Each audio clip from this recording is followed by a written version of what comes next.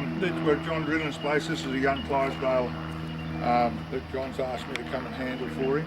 He's about 7 months old, a well-grown little horse. I've just spent a couple of seconds just asking him to lower his head when I've asked him, and he's getting the hang of it a little bit. The horse will tie up, he'll lead, and the other thing that I've got to do is put him on a float, and I've only just started to play about with him. I'm asking him to move away from the whip, and a lot of people don't use a stock whip on a horse.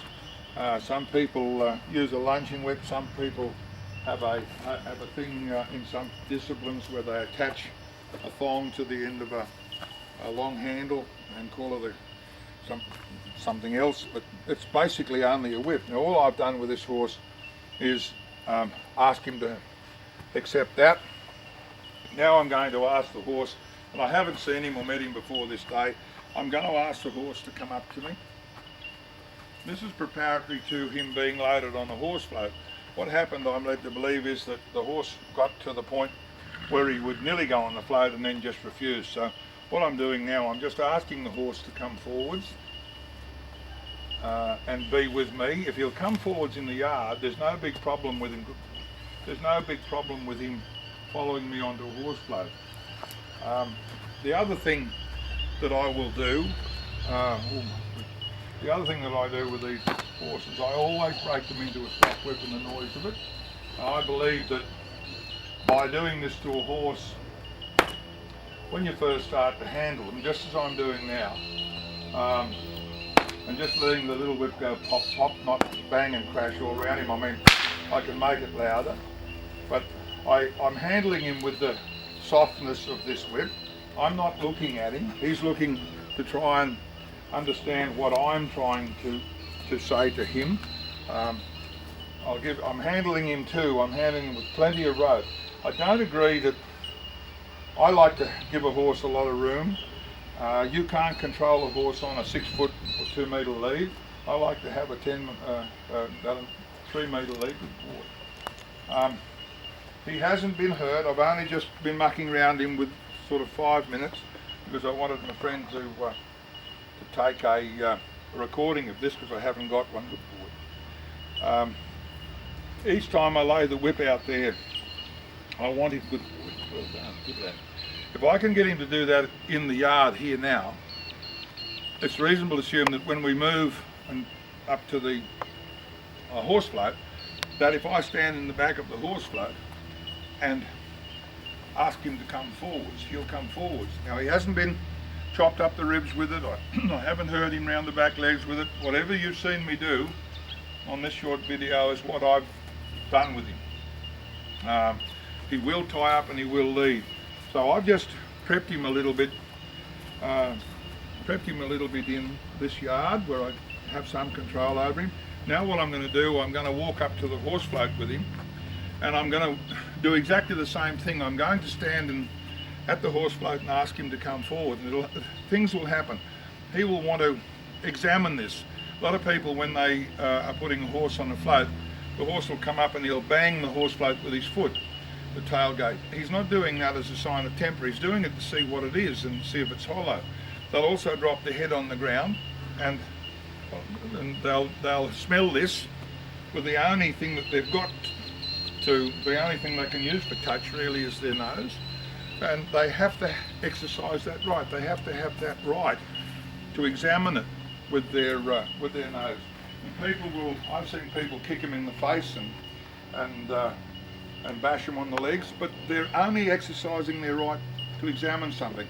Now the other thing I'm going to do, I'm going to pick up a handful of his excrement in the yard, and I'm going to sprinkle that on the back of the tailgate, so that he knows that someone else of his kind has been in there. And I've also opened the front door of the float.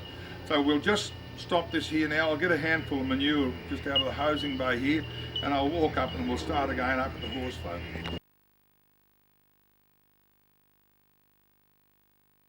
I've moved up to the horse float and I'm just standing here. I've already taken the precaution of putting a handful of manure, just an ordinary, I picked it up in the yard, And already this horse is exhibiting to me that I want to be with you, so I'm just going to sneak a little bit. And John told me that he may well run back, I don't know. John told me that he had difficulty putting the horse onto the float and it just stood flat-footed for him. If you get yourself in a position where you're going to swing on these young horses' head, the first thing that happens, the head will go up in the air and they can't see. They have absolutely no idea what's under their feet with that. What's under their feet. Their head's up there. The immediate thing, good boy, the immediate thing is that someone races forward and starts hammering them on the backside with something heavy and hard. So they're getting assaulted from behind, their eyes are up in the air, they're entering into a situation here which is generally dark because no one opens the, now I'm asking, I'm allowing him, good boy, good man, I'm allowing him to be able to smell that. Stay there, Lyndall, good lad, good boy.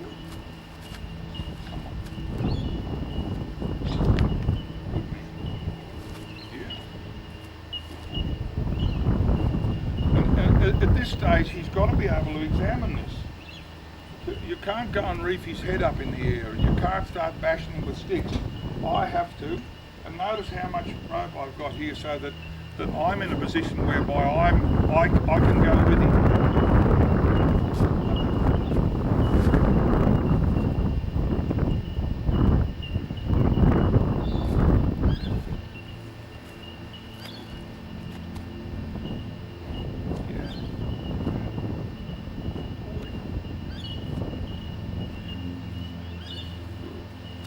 Now it doesn't matter which way he's looking as long as he's looking in the float. He could be out at 45 degrees to the side of this float. As long as he's looking in there, it doesn't worry me.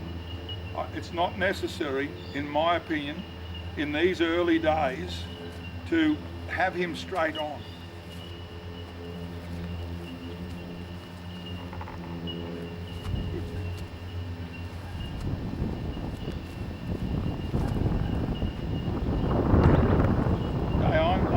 Exercise all the rights that he wants, but whatever happens, he's got to come into this float. Otherwise, it's not disobedience, it's just the fact that it's apprehension. Notice also that I've got a rope headstool on him, and the rope headstool needs to be fitted correctly. The throat strap, the section of the throat needs to be right up under his jawline there. Doesn't need to be anywhere else. It's got to be up high on it. Come on.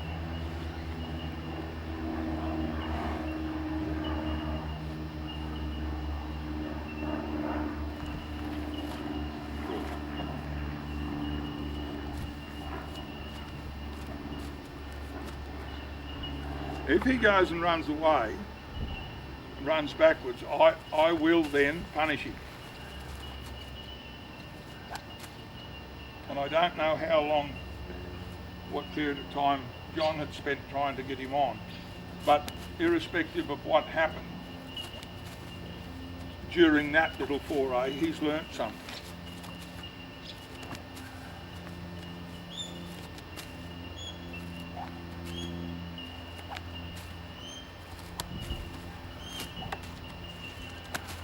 Yeah, well, that's exactly right. Now I purposely aimed for his male appendage then, which was the most tender part of him, and because this kicking and silliness is refusal.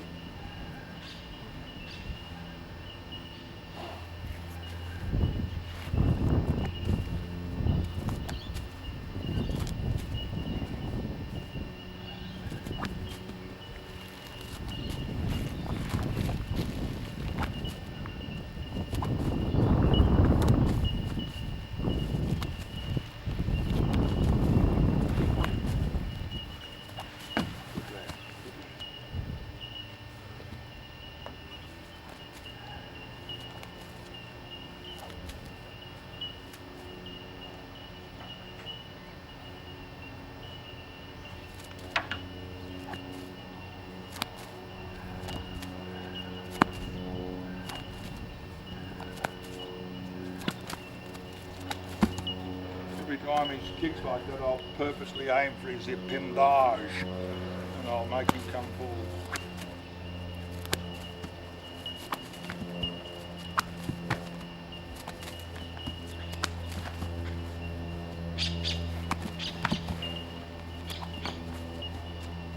Pull his head, ask him now to come up.